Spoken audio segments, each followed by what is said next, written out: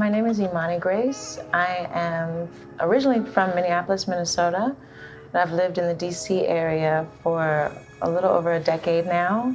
I would describe myself as a Black American artist.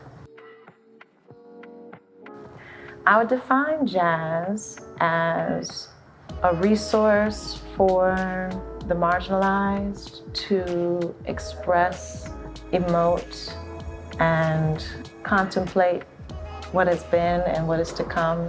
Theories that are known and unknown. And it's an exploratory music that allows people to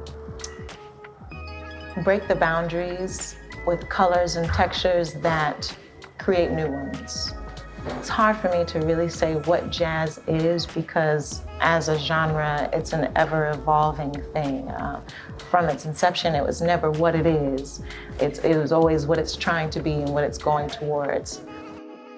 So I grew up in a very proud household of people who understood the importance of instilling values into a child that would last a lifetime.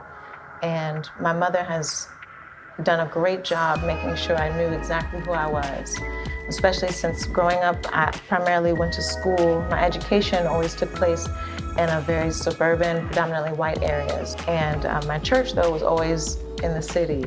And so going back and forth between my traditionally Black Baptist church and my usually very white school was a dichotomy that kind of was almost daunting at times. And so the opportunity to go to an HBCU came up, knowing some people who were at Howard and then finding out why it is so important to have a village and why it's so important to have mentors and advisors and teachers who understand you a little bit beyond the surface.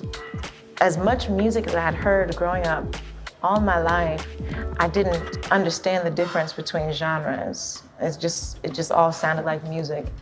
And so getting a chance to sit with people who studied the voice on a pedagogy level and on a performance level, like Kenitra Miller, like Gemba Eichelberger, like Dr. Norris, was a gift that I could never replace and will forever cherish. I encourage any and all young people of color to go to an HBCU. That experience is like no other.